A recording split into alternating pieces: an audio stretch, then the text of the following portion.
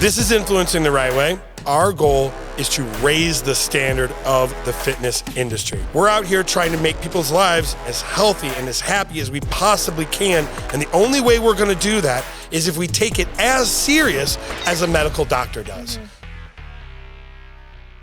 Oh man, we back again. This is Influencing the Right Way. With me, I got Sarah freaking Sloan. Dang, we on it today. All right, so this is the podcast where we are trying to raise the standard of the fitness industry. What do we mean by that? It means that we believe that we should view ourselves as medical professionals. We should be out here trying to extend people's lives, make them healthier, make them happier, and the only way we're gonna do that is if we raise the standard from what it is now to what it needs to become.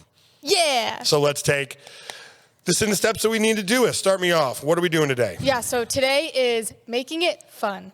This sounds way too simple, but so fun. I love it. So simple. This actually ties back to my favorite core value that we have, stay happy. And I think it is so important because it genuinely makes a big difference every single day. Absolutely. I'm going to challenge you, though. I don't think that's your favorite core value. I think you're the best at it. Your favorite core value is have humility. Correct. But You're right. This is way more important. I think sometimes it gets overlooked because it sounds kind of dorky, sounds kind of corny, like you got to be happy. But we're going to talk about 3 exact tactics of what that is. I'll go ahead and get started with number 1. The very first thing that is important to know is you have got to exude happy to be here, happy to help. Now, what does that mean? Yeah, how has that helped us? Because I know that's something that we say almost every single day. Every single day. Mm-hmm. So I want you to imagine that you walk into a coffee shop. You go in and you smell, because I've used the analogy so many times. I love it. Come on, give it to me. All right, every time when you walk into a coffee shop, if you walk in and they're like, hey, what do you want? Immediately the coffee tastes worse.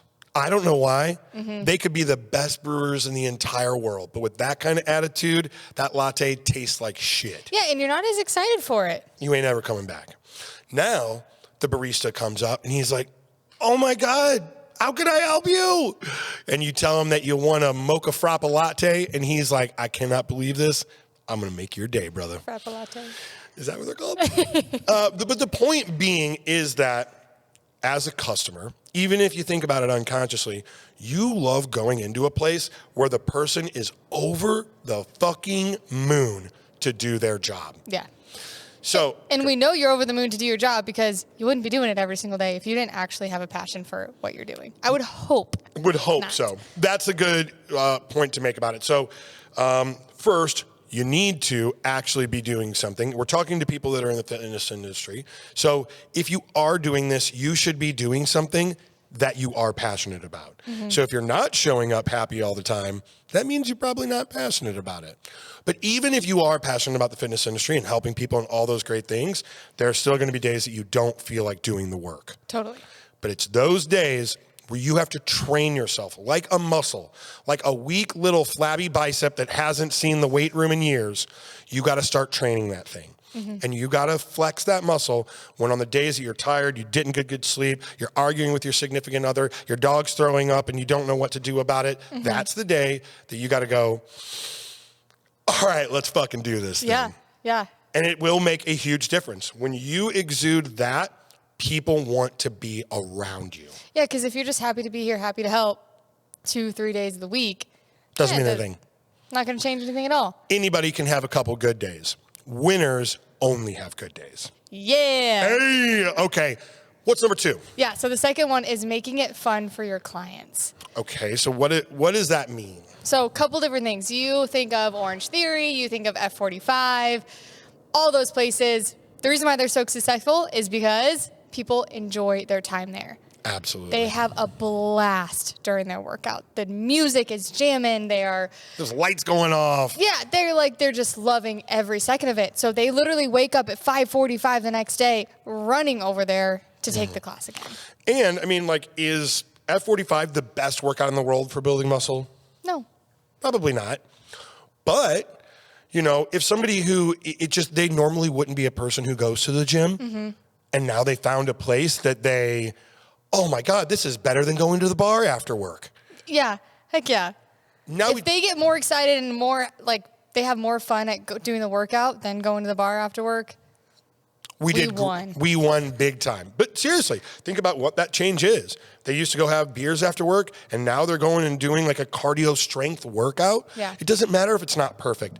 They just did something 10,000 times better. Yeah, and let's say you're a personal trainer who doesn't work, F45 or those like big mainstream workout classes, and you're powerlifting. Yeah, what if you are a strength training coach? Yeah, and those workouts can get monotonous, as they should. If you do want to focus on like progressive overload and doing the same thing every single time they work out to get stronger and better at it, it can get not so fun sometimes. So how do you make that fun, right? Okay, what do you do? So important is, well, one, you do want to make sure that they're getting results overall, right? Yep. But then what happens if they come in and they're just like not feeling it? Yep. It sucks. Your client's having an off day. Your client's having an off day. You might be having the best day ever. They come in, and it is your responsibility to have them enjoy the workout because it could be their last if they don't. And that's a reality. And so it is that important every single time that they enjoy their workout. And sometimes that might be pulling an audible. Maybe you have deadlifts that day and it's peak of the hypertrophy training. If they're not happy to be there, pull an audible. I have a story of a trainer who actually this happened to. Okay. And what he did was he noticed that his client that came in was having an awful day. And he knew that there would be more detriment running through that program than not, right? And so he took her to the park down the street, rolled her down the hill. Her workout was rolling down the hill and then running back up. And he said that afterwards she laid on the floor and just started crying and was like, I needed this so bad. I've never rolled down a hill since I was like in 5th grade. And I thought life got to me today and I was having an awful day and here I am. Now she's there. And now I'm excited and I'm happy. And now you just extended how many more deadlift days she's going to do by a factor of 100. Yes. That doesn't mean every day you go rolling down the hill, but you have to be able to pick up on that when it's not fun. Pulling an audible, make it fun. That way you can get back to work that next time. Absolutely. Yeah. What's number 3? So number 3, there's also the work environment, right? So if you're a trainer at a gym, if you're the gym owner, I would also even push this into like if you're in the online space, right? You may not be physically working next to other people, but you work with other social media influencers. A lot of people online. Exactly. Those are your co-workers, right? They're also fitness influencers. And it is your responsibility to use the Huckleberry Finn method. Give it to me. What is it? Okay. So this is kind of a joke, but actually I love the analogy because it's just so pure. So there's the old, Huckleberry Finn, Tom Sawyer stories. And the story is that he has to whitewash. He has to paint a fence. It's this giant fence. It's brown. He's got to whitewash it, paint it all white, make it look brand new. This is a long task. It's going to take him all day long. Well, he tells his friends, oh my God, I cannot believe how much fun this is. He's smiling, he's whitewashing, he's just dancing around having the best time ever. And what happens? The other kids come over and they want to join in. Any other day, if their parents told them to go whitewash, it'd be work, it'd be a chore. But because he made it fun and was having fun doing it, other people started doing it and having fun. Fun is what you make it. Yeah, it's putting your first one on like steroids. It's like, yeah, you could personally be happy to be there and happy to help people and excited and making hard work fun. But are you making it so much fun that person sitting next to you is like, I want to work hard too. Yep. I want to do that. That looks really fun. Let's do it together. Absolutely. So you imagine if you're a trainer at a place, like, can you inspire, can you say things to the other trainers to get them on your level of positivity? Imagine if you did that where you're in a dead gym where every trainer is just quiet and sits and does this, to where 2 months later, you got people high-fiving, slapping butts, just having a fucking blast because you made that change. Yeah. Big deal. Big deal. Okay, so we are going to make these concise. We're going to make them tight, right to the point. That was the 3 things that we're giving you to take away so you can raise the standard of the fitness industry. Now, here's what I'm asking.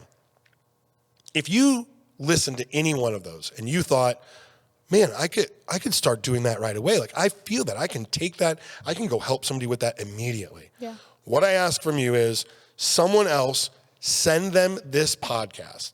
Tell them, hey, there was this thing in here that I liked about getting my clients to do an audible on the day that they're off. take a listen to this and see what you think. Or you work with another trainer and you're like, hey, just a heads up, I'm going to come in so happy tomorrow. I'm going to be so and happy. if you want to join me, let's paint the fence together. And the reason for that is like, every individual has to take the responsibility to not only raise their own standard of the fitness industry, but to raise the collective standard. We're only going to help more people if we all help more people. Yeah. All right, guys, thank you for listening. That was the podcast. We will see you next time. Bye.